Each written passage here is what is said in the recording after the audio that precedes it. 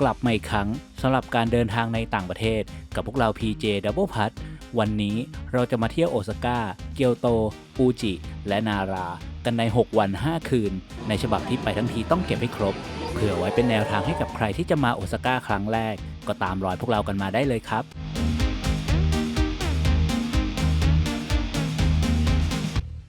เที่ยวบินของเราจะต้องขึ้นบินในช่วงเวลาตี 1แต่ก็ต้องดีเลย์ด้วยสภาพอากาศที่น่านฟ้าญี่ปุ่นไม่เป็นใจทำให้ได้เทคออฟตอนเกือบตี 2และในโอซาก้าก็มีไทม์โซนที่เร็วกว่าไทยอยู่2ชั่วโมงทำให้มาถึงสนามบินคันไซในช่วงเวลา 9 โมงเช้าตามเวลาท้องถิ่นซึ่งก็ใช้เวลาบินประมาณ5ชั่วโมง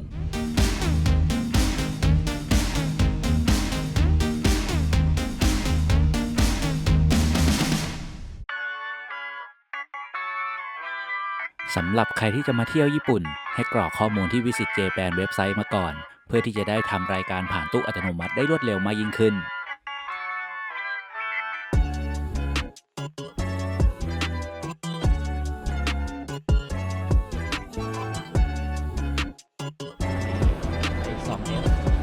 Railway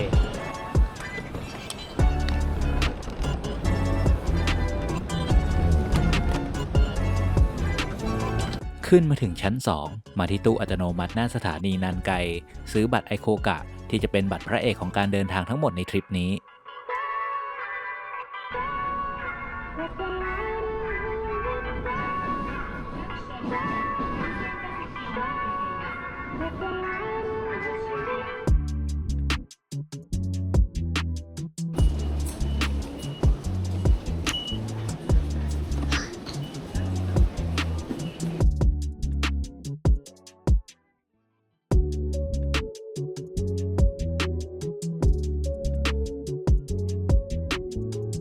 เปลี่ยนรถไฟประมาณ2ต่อก็มาถึงโรงแรมของเราซึ่งโรงแรมในญี่ปุ่นจะสามารถเช็คอินได้ตอนบ่าย3โมงเรามาถึงประมาณเที่ยงก็เลยฝากกระเป๋าเอาไว้ที่โรงแรมก่อนแล้วออกไปเที่ยวกันต่อเลย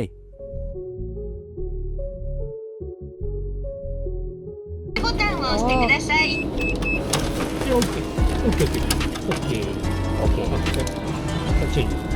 お釣りとレシートをお受け取りください。お取り忘れに。มื้อแรกในญี่ปุ่นเป็นร้านราเมงร้านหนึ่งใกล้ๆที่พักซึ่งน้ำซุปก็อร่อยใช้ได้เลย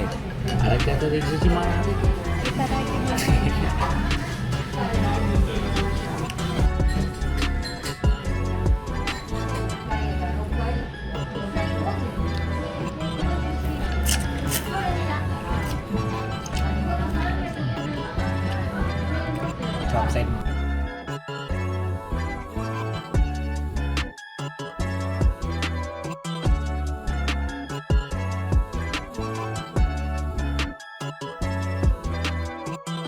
อากาศในช่วงต้นเดือนธันวาคมถือว่าไม่ร้อนและไม่หนาวจนเกินไปสำหรับโอซาก้าและยังพอมีใบไม้เปลี่ยนสีหลงเหลือให้เห็นอยู่บ้างในช่วงเวลานี้ผมเดินตามทางไปเรื่อยๆเพื่อตามหาปราสาทโอซาก้าซึ่งก็โดนตกด้วยใบไม้สีแดงที่มีให้เห็นอยู่เป็นระยะทำให้เรายังเดินไม่ถึงตัวปราสาทสักที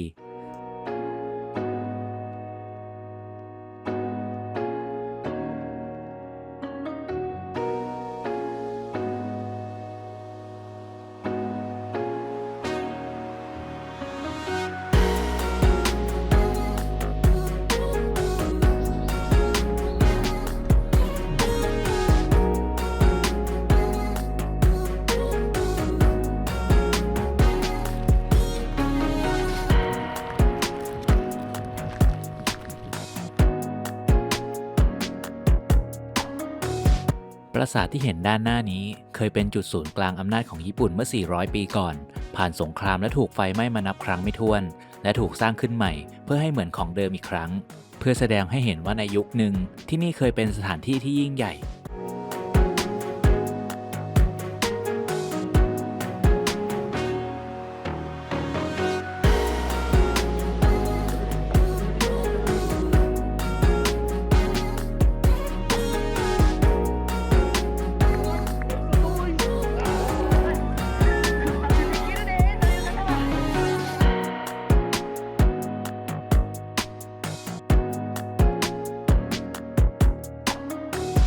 ป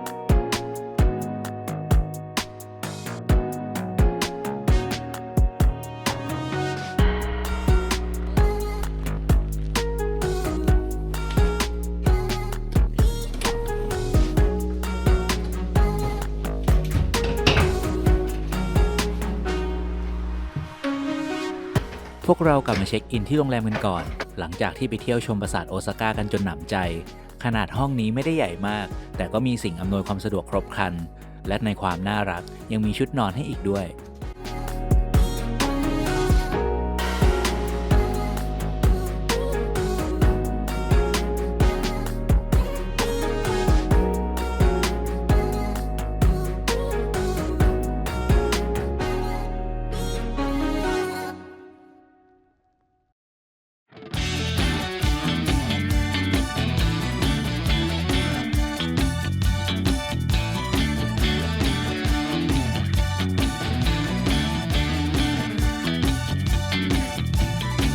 อากาศเริ่มเย็นขึ้นในช่วงค่ำผู้คนคึกคักในย่านชินไซบาชิแหล่งช้อปปิ้งชื่อดังที่มีสินค้าแบรนด์ดังมากมายและตอนนี้ผมก็เดินมาถึงอีกหนึ่งแลนด์มาร์คสำคัญในย่านโดโทบุริที่ใครมาก็ต้องถ่ายรูปกับป้ายกูริโกะซึ่งเหมือนกลายเป็นสัญลักษณ์ของเมืองโอซาก้าไปแล้ว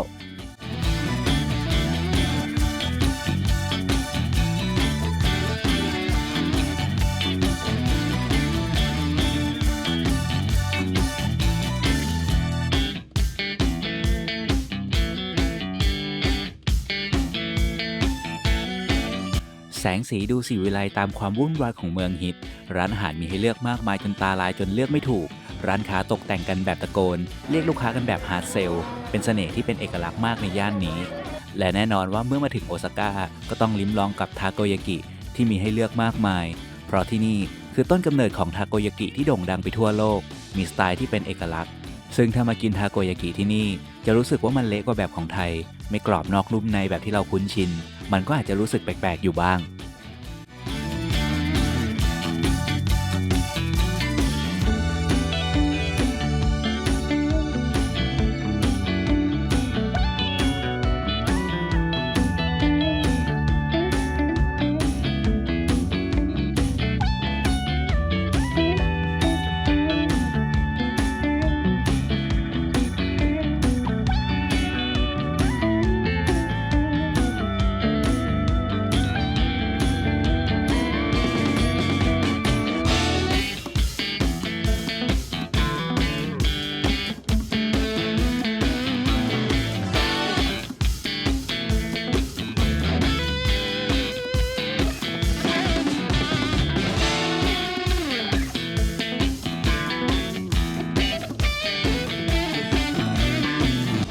กินอิ่มก็เดินออกมาเดินเล่นกันต่อที่ย่านโดโทบุริซึ่งทริปนี้เราตั้งใจมาช้อปปิ้งกันตั้งแต่วันแรกเลย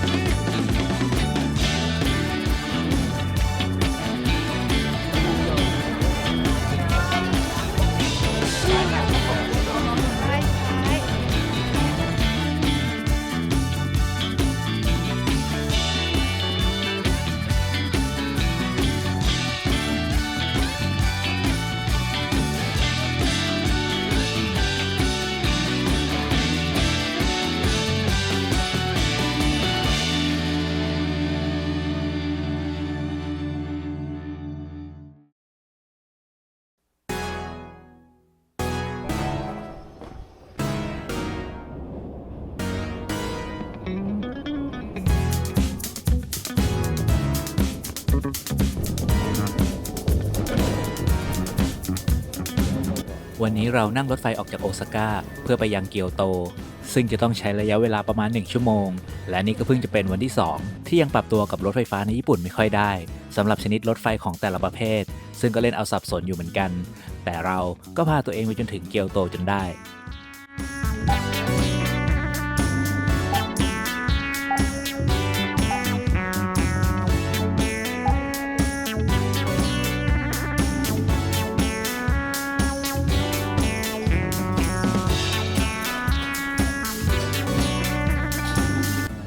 เข้าไปที่แอปพลิเคชัน Car Reader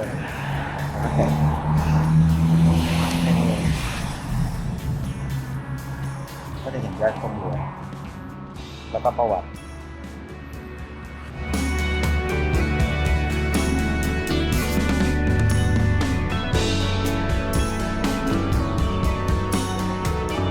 ท ทางเดินลาดชันมาต้อนรับตั้งแต่รถบัสจอดให้เราลงซึ่งเป็นทางที่กำลังพาเราไปยังวัดคิโยมิสึเรระหรือที่คนไทยเรียกว่าวัดน้ำใสซึ่งระยะทางก็ไม่ได้ไกลมากแต่ก็ทำให้เรารู้สึกว่าได้ออกกำลังกายกันตั้งแต่เช้า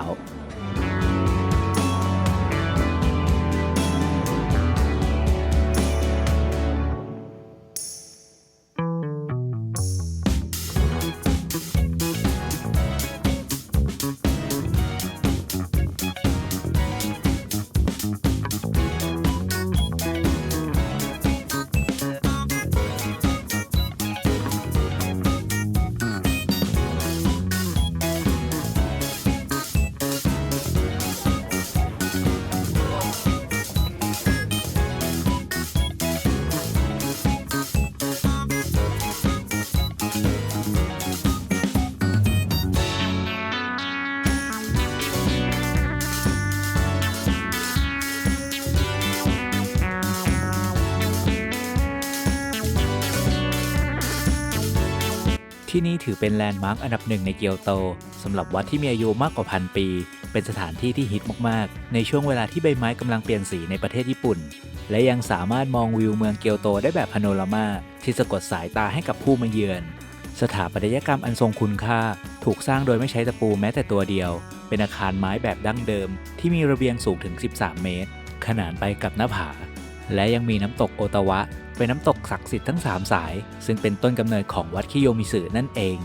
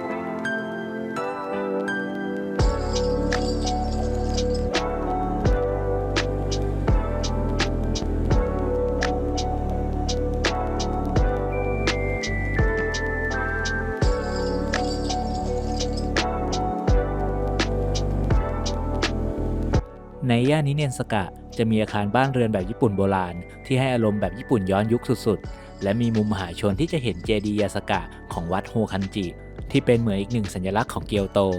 ตั้งตระหง่านอยู่กลางเมืองเก่าฮิกาชิยามะมาตั้งแต่ปี 1440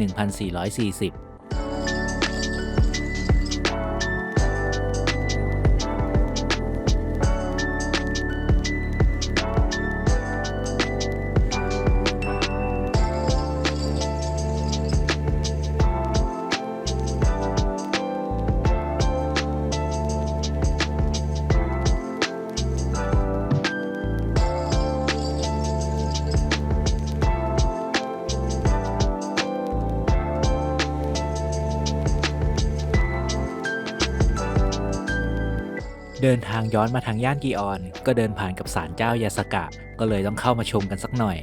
ภายในมีศาลเจ้าหลักที่เป็นที่เคารพของคนในย่านนี้ถูกประดับด้วยโคมไฟที่เขียนด้วยชื่อธุรกิจร้านค้าของผู้ที่บริจาคเงินให้กับศาลเจ้าและภายในยังมีศาลเจ้าย่อยๆทั้งเรื่องความงามความรักและปัดเป่าสิ่งชั่วร้ายเป็นเหมือนสถานที่รวมพรของสายมูเลยทีเดียว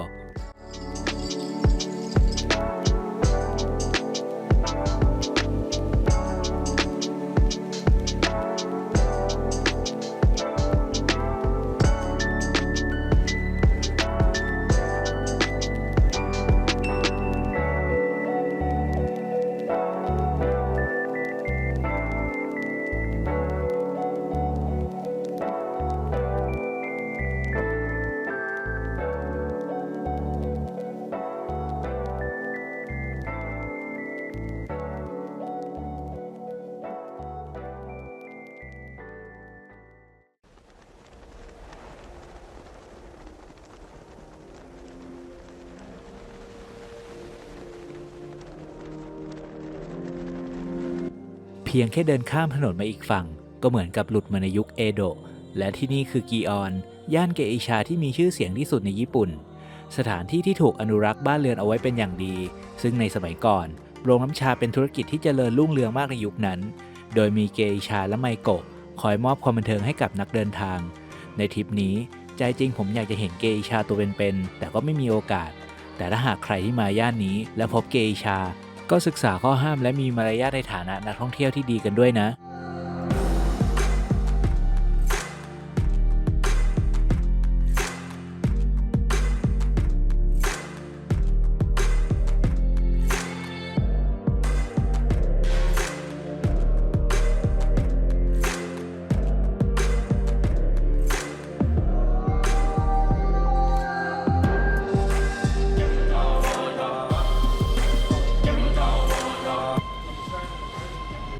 นั่งรถไฟมาลงสถานีฟูชิมิอินาริก็บ่ายโมงกว่ายังไม่ได้กินมื้อเที่ยงกันเลยในวันนี้พอเดินออกมาหน้าสถานีก็พอมีร้านอาหารให้เลือกกินอยู่บ้างซึ่งที่เห็นมีเกือบทุกร้านก็คือปลาไหลย่างซึ่งก็น่าจะเป็นของเด็ดในย่านนี้และที่เห็นก็คืออินาริซูชิเป็นข้าวปั้นที่ห่อด้วยเต้าหู้ซึ่งก็มีตำนานเล่าว่าสุนัขจิ้งจอกบริวารของเทพเจ้าชื่นชอบเต้าหู้มากชาวบ้านก็เลยนำมาถวายจนกลายเป็นของขึ้นชื่อในย่านนี้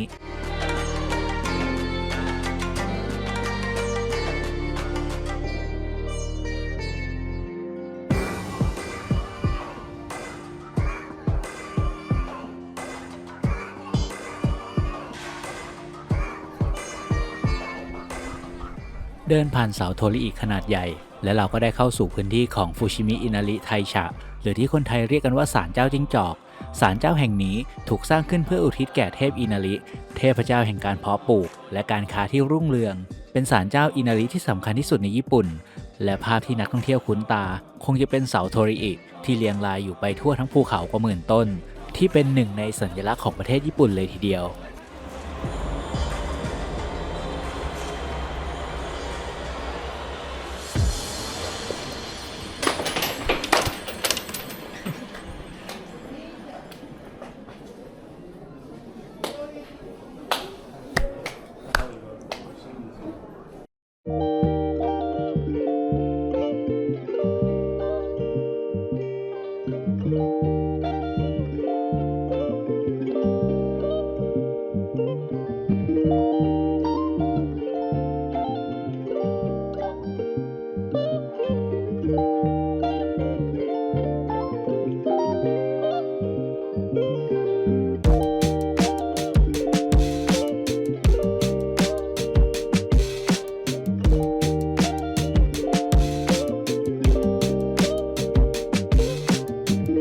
ไหว้ขอพรเสร็จก็ได้เวลาเดินลอดเสาโทริอิที่มีทั้งขนาดเล็กใหญ่ค่อยๆเรียงรายไปตามทางขึ้นเขา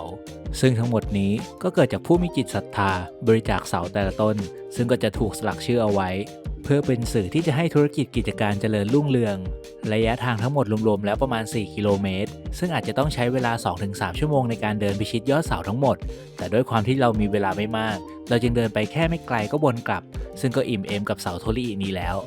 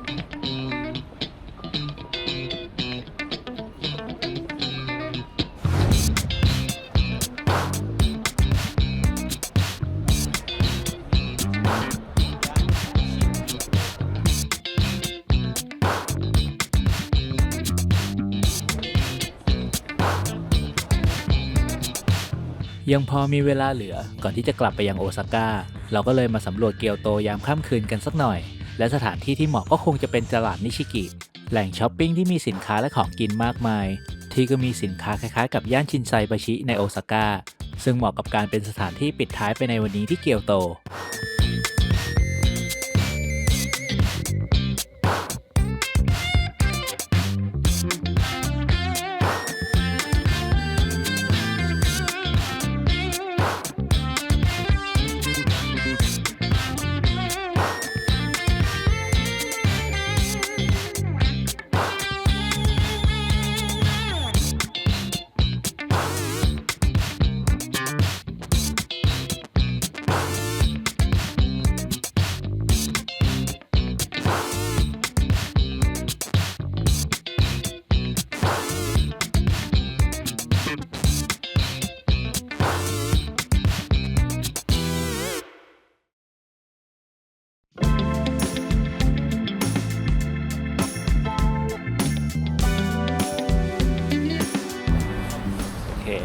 ก็เดี๋ยวจะมาให้ดูนะว่าโรงแรมของเรานะครับจากที่โรงแรมเนาะไป MRT เนี่ยเราใช้เวลาแค่ไม่ถึง1 นาทีนะครับในการเดินไกลมากๆครับสำหรับอาร์คโฮเทลเนาะชินไซบาชิมาดู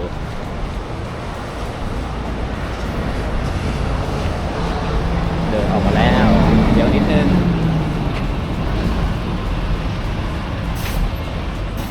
และนี่ฮะเมโทรโอซาก้าถึงแล้วใกล้มาก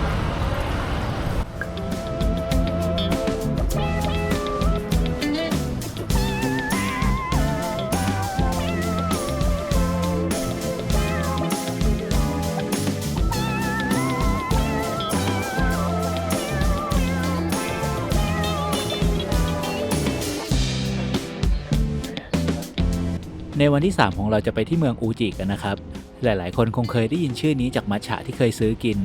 ถูกต้องแล้วล่ะครับเพราะเมืองนี้คือแหล่งผลิตมัทฉะที่ดีที่สุดในญี่ปุ่นนั่นเองครับตอนนี้ก็เปลี่ยนสายนะครับขึ้นรถไฟที่ญี่ปุ่นก็เปลี่ยนสายแบบงงก็เขาบอกว่าให้เรามา transfer to platform เนาะที่ Korean Station แล้วก็เดี๋ยวไปดู Korean Stationสายเดิมเนาะแต่ว่าเป็น Rapid Express ป้ายไปนะโลเข้าฝั่ง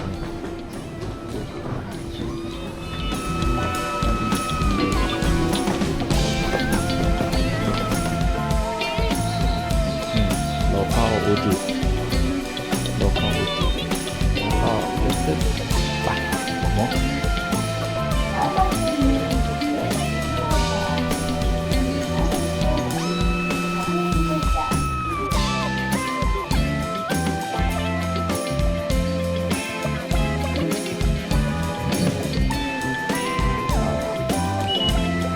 และเราก็ดันด้นมาจนถึงเมืองอูจิเมืองเล็กๆที่เงียบสงบที่มีแม่น้ำและธรรมชาติที่ให้ความรู้สึกผ่อนคลาย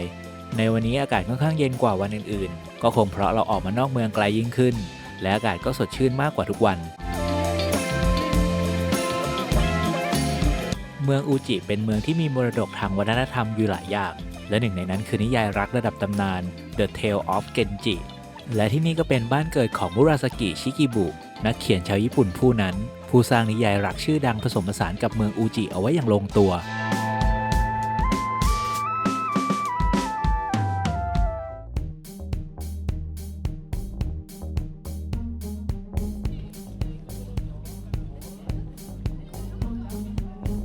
ระหว่างทางเราจะพบกับร้านมัทฉะตลอดทั้งเส้นทางไม่ว่าจะเป็นอาหารคาวหรืออาหารหวานก็มีให้เลือกอยู่มากมายเพราะที่นี่คือโอโมเตะซันโดหรือถนนสายชาเขียวที่เช้าๆแบบนี้ร้านรวงอาจจะยังเปิดไม่มากทำให้เราหาอะไรกินง่ายๆรองท้องกันก่อนありがとうございますこんにちは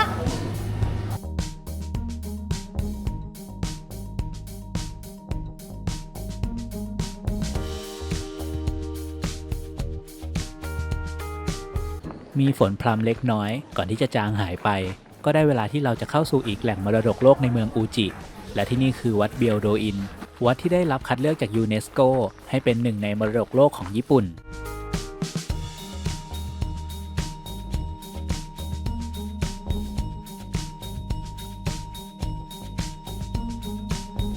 ไฮไลท์ของที่นี่เป็นฟินิกซ์ฮอลล์ที่เราเห็นอยู่ตรงหน้านี้อาคารไม้สีแดงของเดิมแท้ๆที่มีอายุเกือบ1,000 ปีก่อนที่รอดพ้นจากสงครามมาได้อย่างปาฏิหาริย์ถือเป็นมรดกล้ำค่าที่สุดแห่งหนึ่งในญี่ปุ่นและด้วยความล้ำค่านี้วิหารฟินิกซ์จึงถูกพิมพ์อยู่ที่ด้านหลังของเหรียญ10 เยนซึ่งแสดงให้เห็นถึงความสำคัญของสถาปัตยกรรมแห่งนี้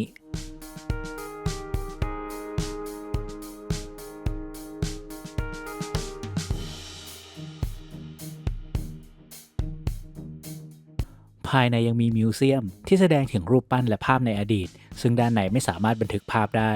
ถ้าใครที่อินกับประวัติศาสตร์ก็ลองเข้ามาเยี่ยมชมประวัติของที่นี่กันได้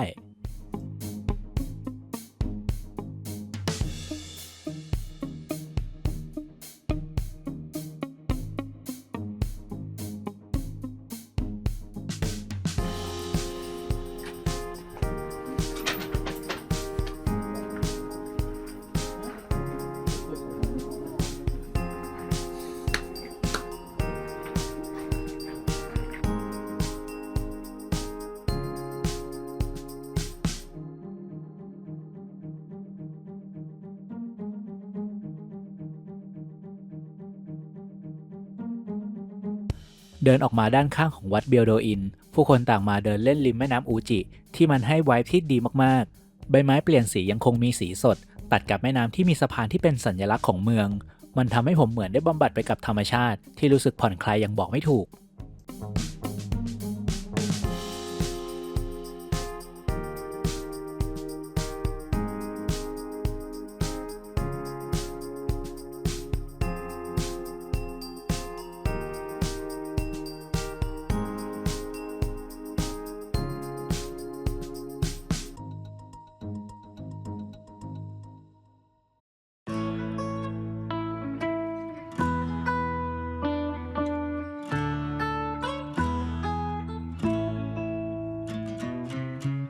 ในช่วงสายร้านค้าในถนนชาเขียวเริ่มคึกคักและเป้าหมายหลักของเมืองนี้ก็คือต้องซื้อผงมัทฉะกลับไปเป็นของฝากที่ก็มีมากมายจนเลือกไม่ถูกและของกินทุกสิ่งที่นี่ล้วนเป็นมัทฉะไปหมดฉะนั้นก็เลือกเอาตามใจชอบได้เลย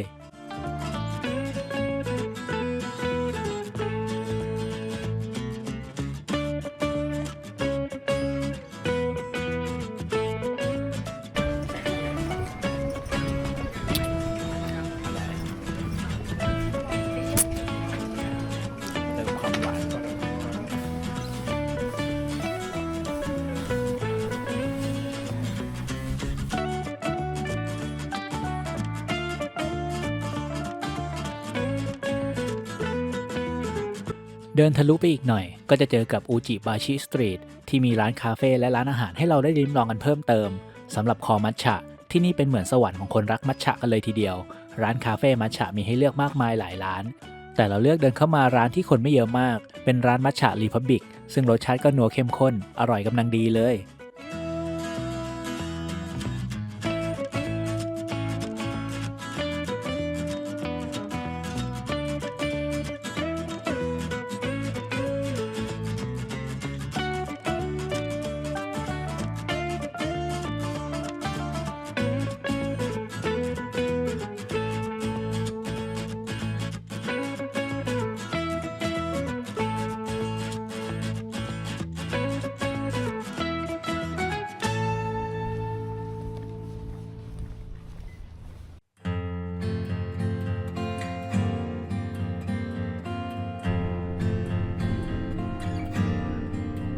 เมืองอูจิเป็นเมืองเล็กๆที่ใช้เวลาครึ่งวันก็น่าจะเพียงพอทำให้เรานั่งรถไฟไปต่ออีก1 เมืองใกล้ๆเมืองที่มองไปทางไหนก็จะเจอแต่กวางเต็มไปหมดทุกคนเข้าใจถูกแล้วเหรอครับผมกำลังไปยังเมืองนาราเมืองแห่งกวาง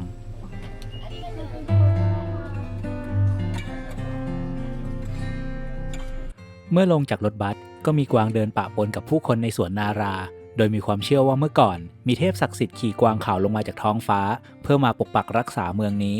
ตั้งแต่นั้นมาชาวนาราเลยเชื่อว่ากวางทุกตัวคือผู้ทรงศาสตร์ของเทพเจ้ากวางเลยถูกมองว่าเป็นสัตว์ศักดิ์สิทธิ์และถ้าใครทำร้ายหรือฆ่ากวางก็จะมีโทษที่หนักมากปัจจุบันเลยกลายเป็นสัญลักษณ์ของเมืองนาราที่เดินไปเดินมาอย่างที่เราเห็นนี่แหละครับ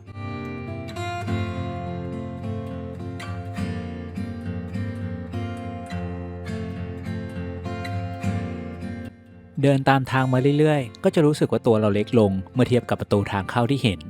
สิ่งแรกที่พบคือประตูนันไดมงเป็นซุ้มประตูวัดที่ใหญ่ที่สุดในญี่ปุ่นแต่นั่นไม่ใช่สิ่งที่ใหญ่ที่สุดของที่นี่เพราะเมื่อเราเดินเข้าไปเรื่อยๆก็จะเป็นวัดโทไดจิซึ่งเราจะต้องซื้อตั๋วคนละ800 เยนเพื่อเข้าไปชมเกรทบุดดาและสิ่งที่เห็นก็ต้องบอกว่ามันใหญ่มากจริงๆกับวิหารไม้ขนาดมหึมาที่มีชื่อว่าไดบุสึเดนที่เป็นที่ประดิษฐานของเกรทบุดดาที่ถูกสร้างขึ้นเมื่อปีค.ศ. 752 โดยจักรพรรดิโชมุที่เลื่อมใสในพระพุทธศาสนามากซึ่งญี่ปุ่นในยุคนั้นกำลังเจอกับภัยพิบัติและโรคระบาดเลยทุ่มงบเพื่อสร้างพระพุทธรูปที่ใหญ่ที่สุดเพื่อขอพรให้ประเทศสงบสุขและคุ้มครองประชาชนและขนาดที่เห็นอยู่นี้ที่ว่าใหญ่แล้วมีขนาดเล็กลงเหลือแค่เพียง 2 ใน 3 จากเมื่ออดีตแต่ก็ยังเป็นวิหารไม้ที่ใหญ่ที่สุดในโลกอยู่ดีและเป็นอีกหนึ่งมรดกโลกของญี่ปุ่นซึ่งขนาดย่อลงมาแล้วยังใหญ่ขนาดนี้ไม่อยากจะคิดเลยว่าเมื่อก่อนมันจะใหญ่ขนาดไหน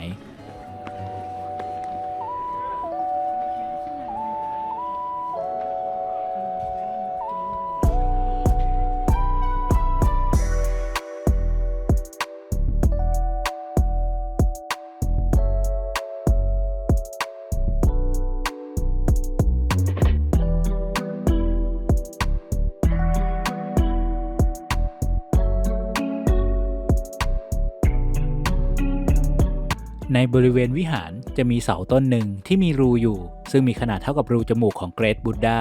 ที่นักท่องเที่ยวมักจะมาลอดผ่านโดยเชื่อว่าถ้าใครผ่านได้ก็จะโชคดี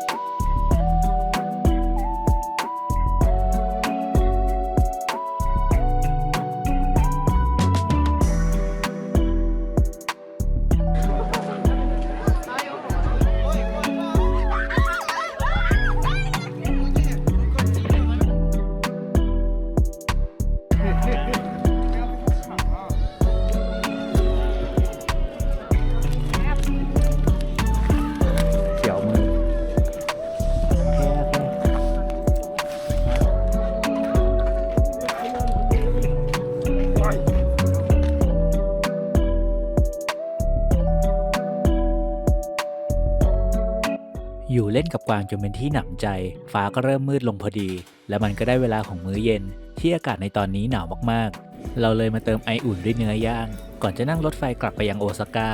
และเมื่อเวลายังพอมีก็ต้องทยอยเติมของฝากกันสักหน่อยเพราะจะได้ไม่ต้องรีบร้อนหาในวันสุดท้าย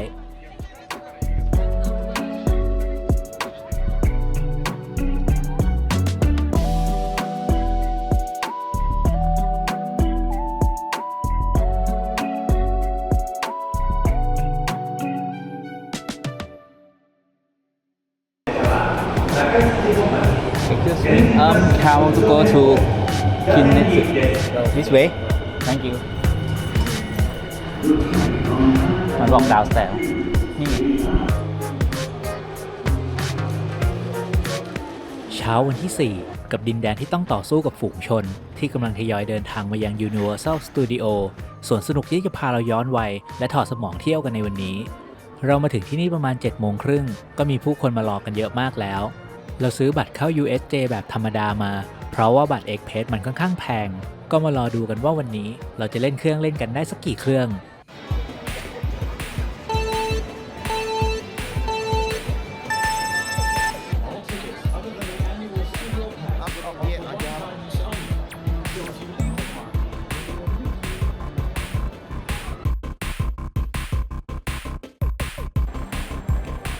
ทุกคนวิ่งไปทางเดียวกันโดยไม่ได้นัดหมาย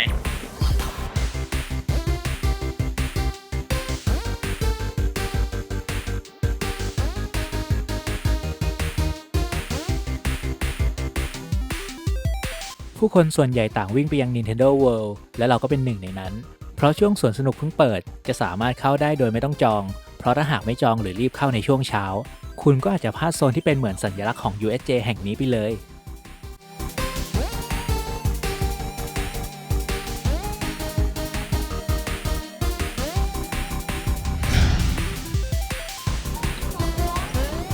จริงปะน่ะ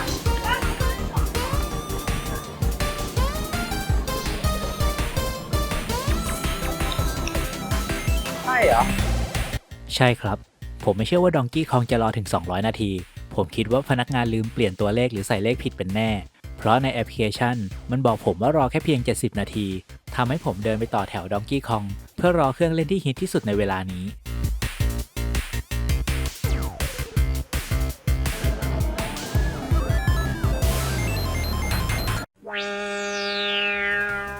ผมเห็นเวลาในแอปพลิเคชันอัปเดตมาเป็นรอเครื่องเล่น230นาทีทำให้ผมเดินวนออกจากแถวทันทีและคิดว่าถ้าฝืนรอต่อไปมันคงทำให้เราอดเครื่องเล่นอื่นๆเป็นแน่แล้วผมก็เดินมาที่ Mario Kart ซึ่งน่าจะมีแววได้เล่นมากกว่า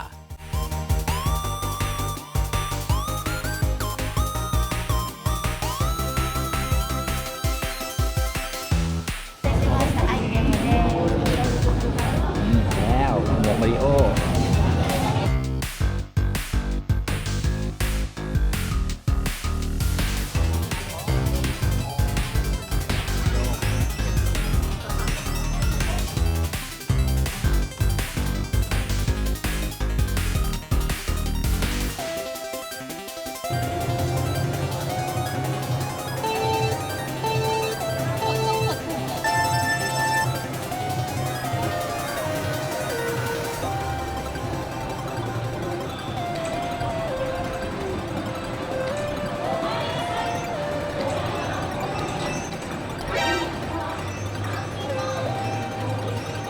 รอประมาณชั่วโมงกว่าๆก็ได้เล่นเครื่อง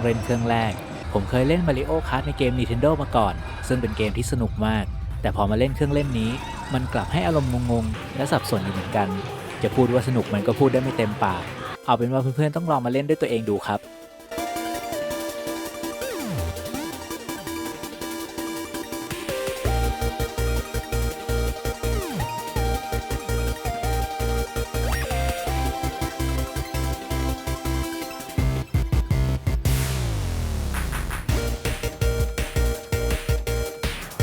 เราใช้เวลารอประมาณ1 ชั่วโมง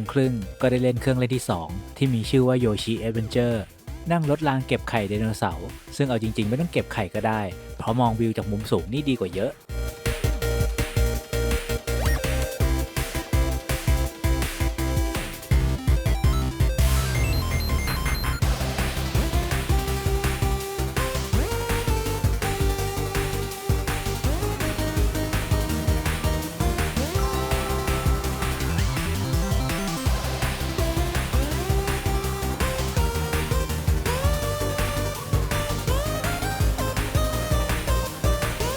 เครื่องเล่นจบเร็วอย่างไม่ทันตั้งตัวเหมือนยังไม่ทันได้ดื่มด่ำให้สมกับที่รอคอยมานานแสนนานก็หมดรอบซะแล้วและเราคงทำได้เพียงแค่2เครื่องเล่นสำหรับโซนนี้ที่เหลือก็หามุมถ่ายรูปเก็บเป็นที่ระลึก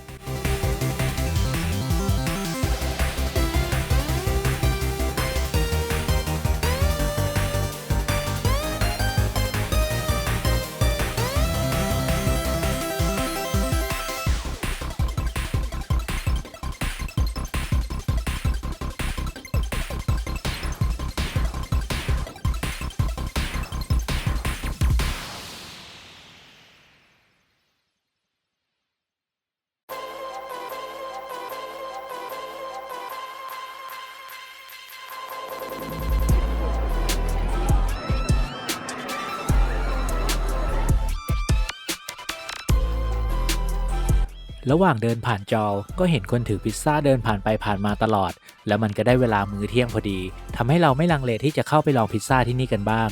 พิซซ่าที่นี่ถือว่าทำออกมาได้ดีโดยเฉพาะหน้าเบคอนฮันนี่มัสตาร์ดพอได้กินร้อนๆแบบนี้ผมว่ามันอร่อยมากๆ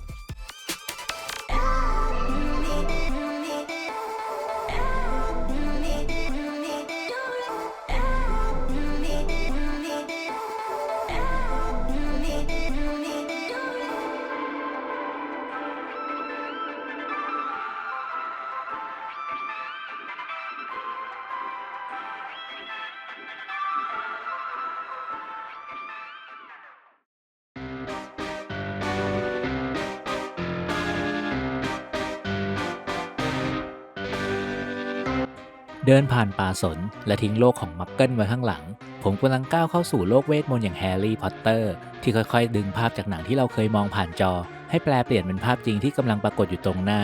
ซึ่งถ้าหากใครที่เป็นสาวกแฮร์รี่ก็คงจะต้องอินกันสุดๆ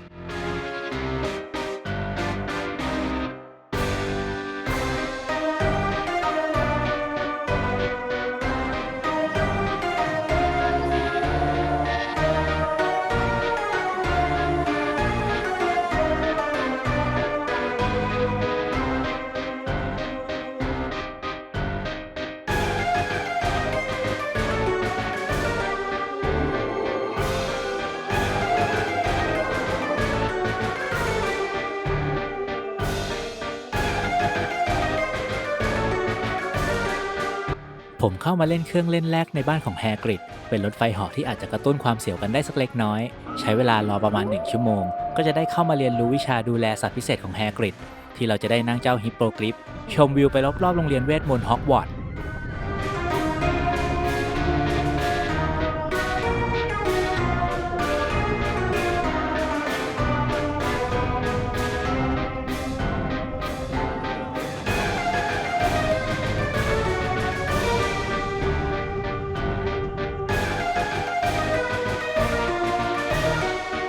เรากำลังเข้าสู่ภายในตัวปราสาทที่เป็นเครื่องเล่นที่ฮิตมากอีกเครื่องหนึ่งของโซนแฮร์รี่กับการขี่ไม้กวาดผจญภัยไปในเมืองต้องห้ามระหว่างโถกทางเดินก็จะได้เจอกับความลึกลับที่อยู่ภายใต้โรงเรียนเวทมนต์แห่งนี้ที่ทำออกมาได้ว้าวมากๆและเครื่องเล่นนี้เป็นเครื่องเล่นแรกที่ผมรู้สึกว่ามันนานซะเหลือเกินเพราะผมรู้สึกคลื่นไส้จนอยากจะให้มันจบเร็วๆซะอย่างนั้น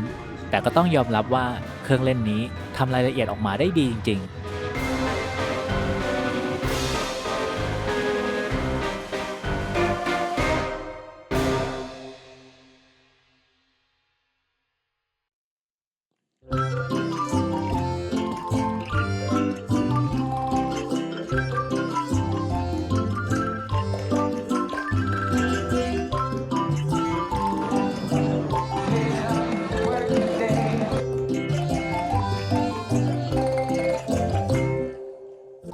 มาเริ่มปรับอารมณ์จากโหมดลึกลับหน้าพิศวงเป็นความสดใสวุ่นวายของเหล่ามินเนี่ยนตัวเล็กที่จะมาสร้างความสนุกและวุ่นวายให้กับเราอีกครั้ง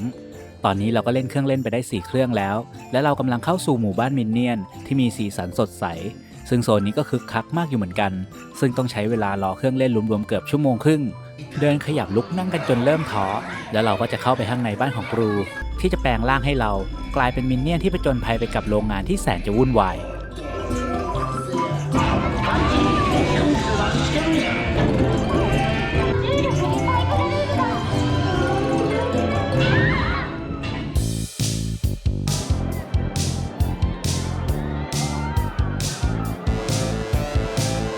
ออกมาอีกทีฟ้าก็เริ่มมืดแล้วและตอนนี้เป็นเวลา5 โมงเย็นซึ่งก็ยังพอมีเวลาให้เล่นเครื่องเล่นได้อีกเครื่องแต่เฟิร์สบอกว่าไม่ไหวแล้วเพราะว่าเครื่องเล่นมินเนี่ยนก็เป็นอีกเครื่องหนึ่งที่ทำให้รู้สึกคลื่นไส้อยู่เหมือนกัน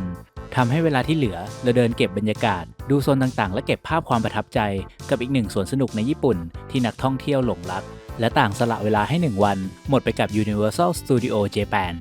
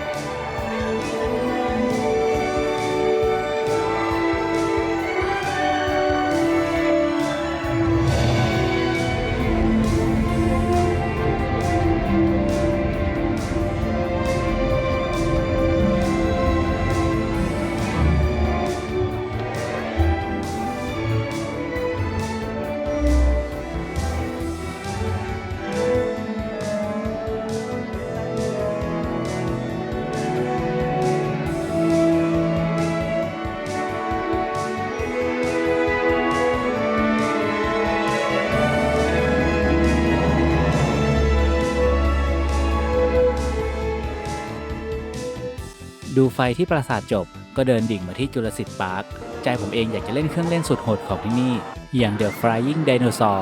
แต่วันนี้คงหมดโอกาสแล้วเอาไว้ครั้งหน้าคงต้องซื้อบัตร Express จะได้มาลิ้มลองเครื่องเล่นที่น่าเร้าใจเหล่านี้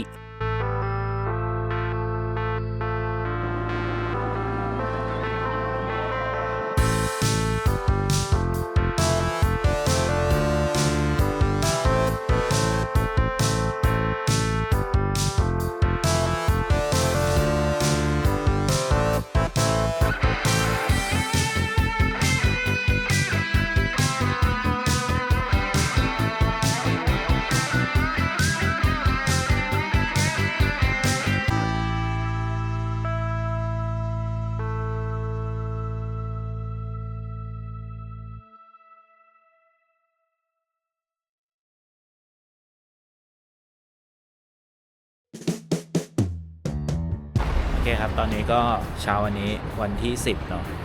อยู่ที่ตลาดคุโรมงนะครับอากาศวันนี้เย็นมากตอนนี้อยู่ที่7 องศานะฮะ เย็นเลย ตอนแรกเราจะไปตลาดที่ชื่อว่าชิสึมาร์เก็ตนะครับเป็นตลาดปลาเหมือนกันเนาะแต่ว่าวันนี้วันพุธมันดันปิดนะครับทีนี้ก็มากันที่ตลาดคุโรมงที่นักท่องเที่ยวชอบมาเนาะก็เดี๋ยวไปดูกันเป็นไง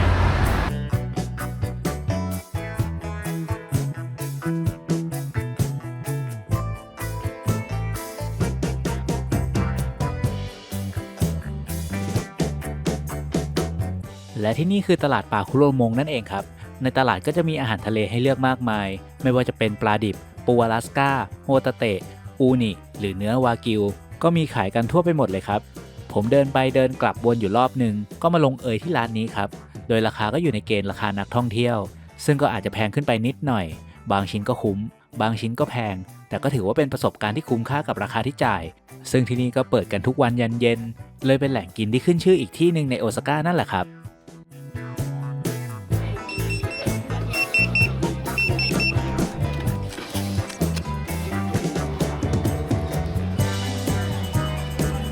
มาจ้า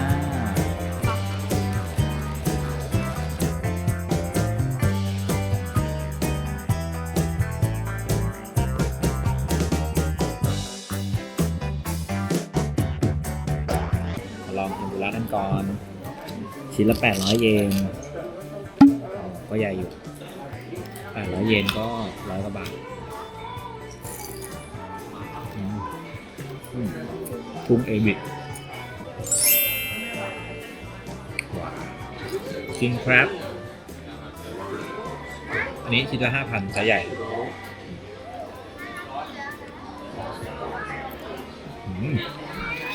เค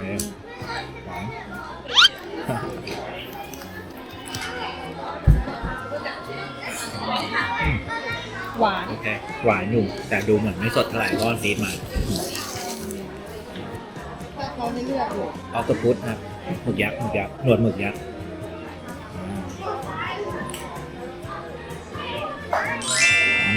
เหนียว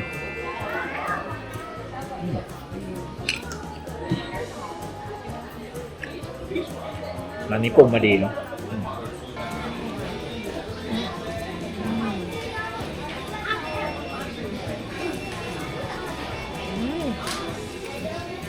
หวาน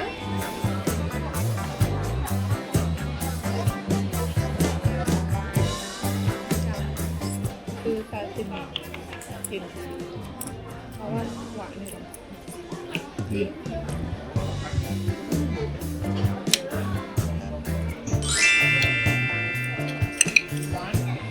จุด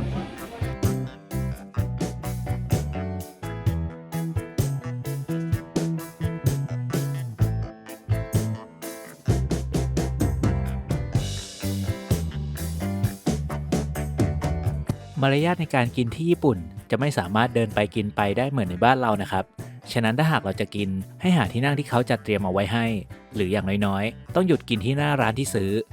พอกินจบในร้านแรกและเดินผ่านไปผ่านมาก็อยากจะลองเพิ่มไปหมดซะทุกร้านแต่ถ้าขืนทำแบบนั้นได้มีกระเป๋าฉีกแน่งานนี้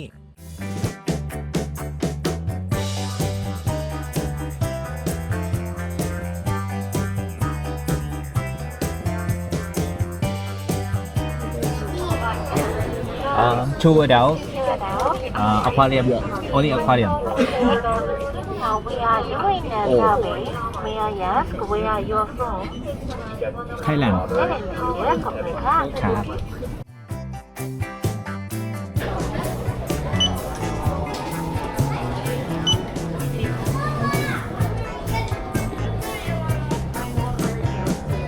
เข้ามาด้านในโซนแรกที่พบเป็นอุโมงค์ใต้น้ำที่มีปลานานาชนิดแหวกว่ายเป็นน้ำจิ้มก่อนพาเราเข้าสู่โลกของทะเลแปซิฟิกซึ่งการมาเที่ยวอควาเรียมในวัยผู้ใหญ่นั้นมันก็ให้อารมณ์ที่แตกต่างกับในวัยเด็กที่แต่ก่อนเราอาจจะรู้สึกตื่นเต้นและแปลกใหม่แต่พอมาเที่ยวในวัยนี้มารู้สึกสงบและรู้สึกได้พักผ่อน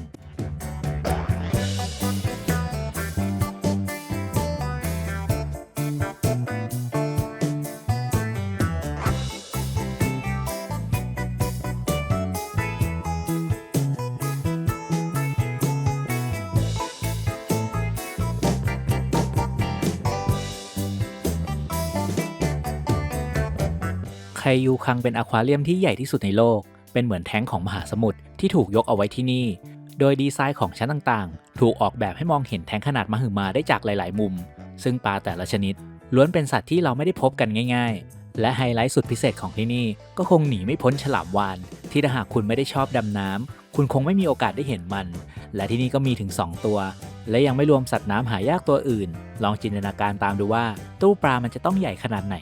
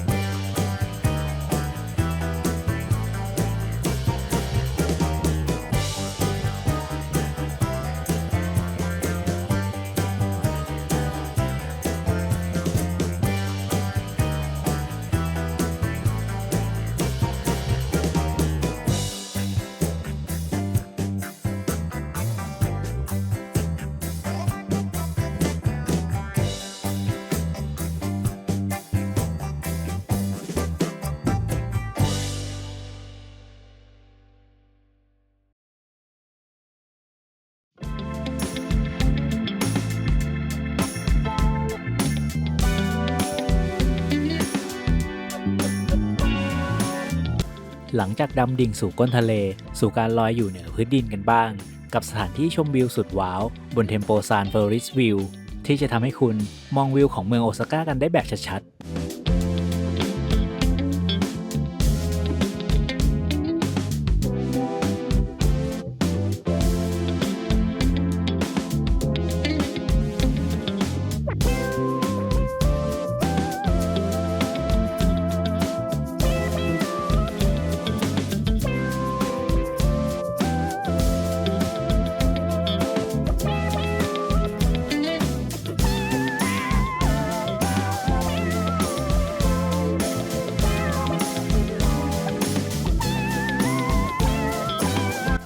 ผมนั่งรถไฟกลับมาที่ย่านซินเซไกเพื่อที่จะได้มาพบกับหอคอยซึเทนคากุที่เป็นอีกหนึ่งสัญลักษณ์ที่สำคัญของเมืองโอซาก้าย่านนี้มีความเก่าแก่ที่มีความเรโทรและมีเสน่ห์ที่เฉพาะตัวพอมาถึงปุ๊บก็ขอพักและเติมคาเฟอีนกันสักหน่อย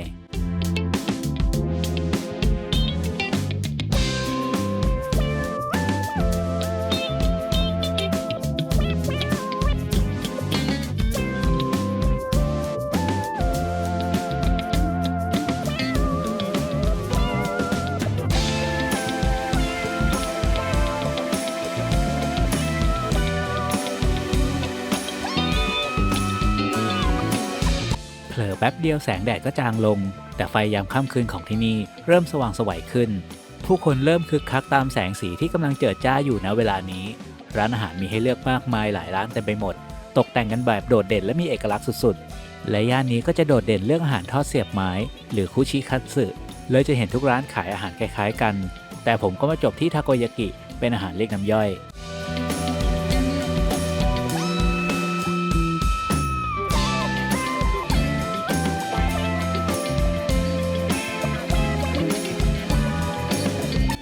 เดินวนไปรอบๆจนเริ่มสังเกตเห็นรูปปั้นเด็กยิ้มที่เห็นได้ทั่วไปในย่านนี้ทำให้ผมรู้สึกเอะใจว่านี่คือสัญลักษณ์ของอะไรทำให้ผมเริ่มค้นหาข้อมูลดูแล้วก็พบว่านี่คือรูปปั้นของบิลลิเคนเทพเจ้าแห่งความโชคดีที่โด่งดังมากๆในย่านนี้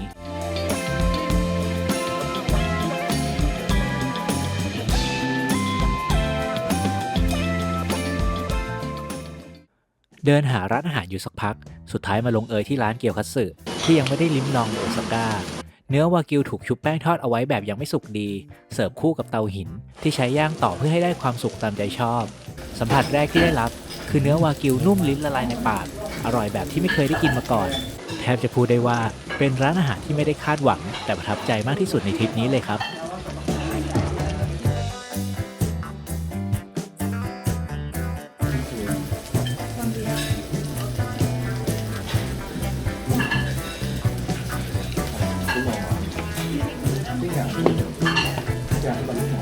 และถ้ามาเที่ยวในย่านนี้และต้องการของฝากอย่าลืมมาลองเดินเมกาดองกี้ที่อยู่ไม่ไกลกันสาขานี้ใหญ่และของเยอะมาก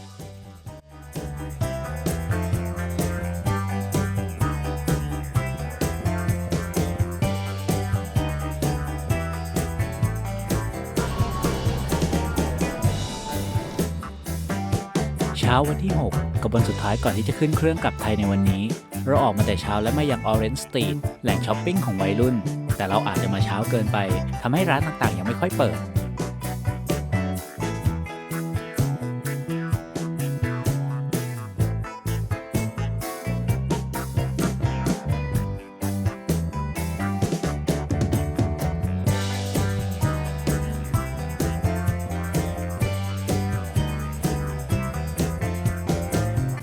ระหว่างเดินไปนั่งเมโทรกับเดินเท้าไปยังศาลเจ้านัมบะยาสกะจากจุดนี้มีระยะทางที่แทบจะไม่ต่างกันเราเลยเดินชมเมืองไปเรื่อยๆเพื่อไปอีกหนึ่งที่หมายที่ต้องมาปัดเป่าสิ่งชั่วร้ายออกไปจากชีวิต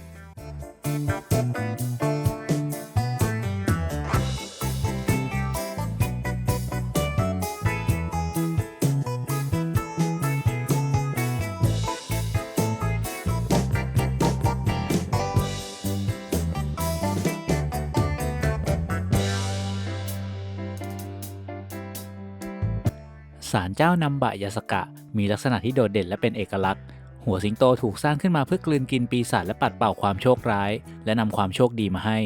ซึ่งถูกสร้างขึ้นเมื่อ50 ปีก่อนทดแทนศาลเจ้าเดิมที่เสียหายในสมัยสงครามโลกครั้งที่ 2และเพื่อรับสิ่งดีๆเข้าในช่วงปีใหม่เราก็ไม่พลาดที่จะขอพรกันด้วย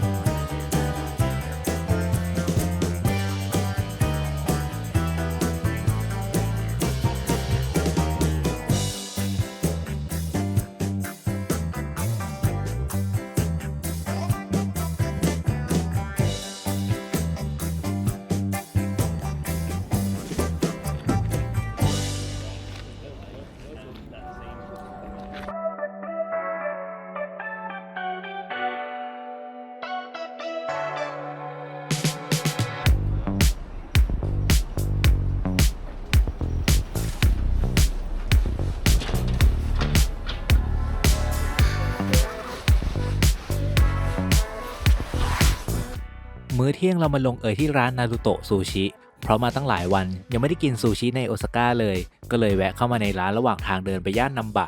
ร้านนี้มีพ่อครัวทำคนเดียวโชคดีที่คนไม่เยอะมากก็เลยรอไม่ค่อยนานส่วนรสชาติก็ถือว่าดีเพราะได้วัตถุดิบสดใหม่และราคาก็ไม่ได้แรงมาก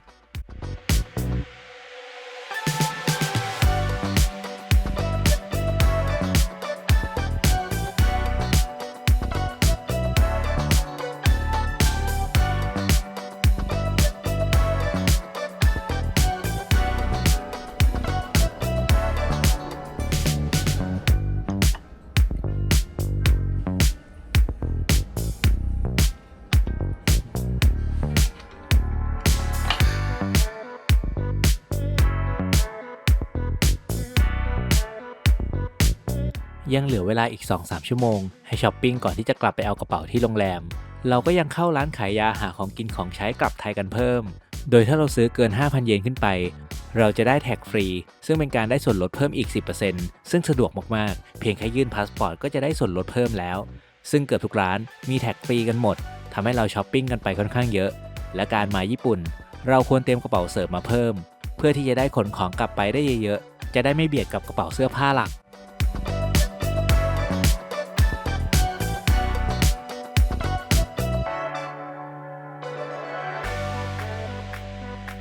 และทั้งหมดนี้ก็เป็นการเดินทางในย่านคันไซของเราที่มีระยะเวลา 6 วันที่มีครบทุกรสชาติไม่ว่าจะเป็นความงดงามทางด้านวัฒนธรรมที่มีมาอย่างยาวนานในเมืองเกียวโตความเงียบสงบและเสน่ห์ของมัทฉะในเมืองอุจิแสงสีและความคึกคักที่ไม่มีวันหลับไหลยามค่ำคืนในโอซาก้าย้อนวัยไปสนุกสุดเหวี่ยงกับสวนสนุกระดับโลกอย่าง USJ ที่เวลาแห่งความสุขมันมักจะผ่านไปไวเสมอและเมืองนี้จะเป็นเมืองแห่งความทรงจำที่มีโมเมนต์ที่ประทับใจสำหรับพวกเราและต้องกลับมาเยือนอีกครั้งแน่ๆ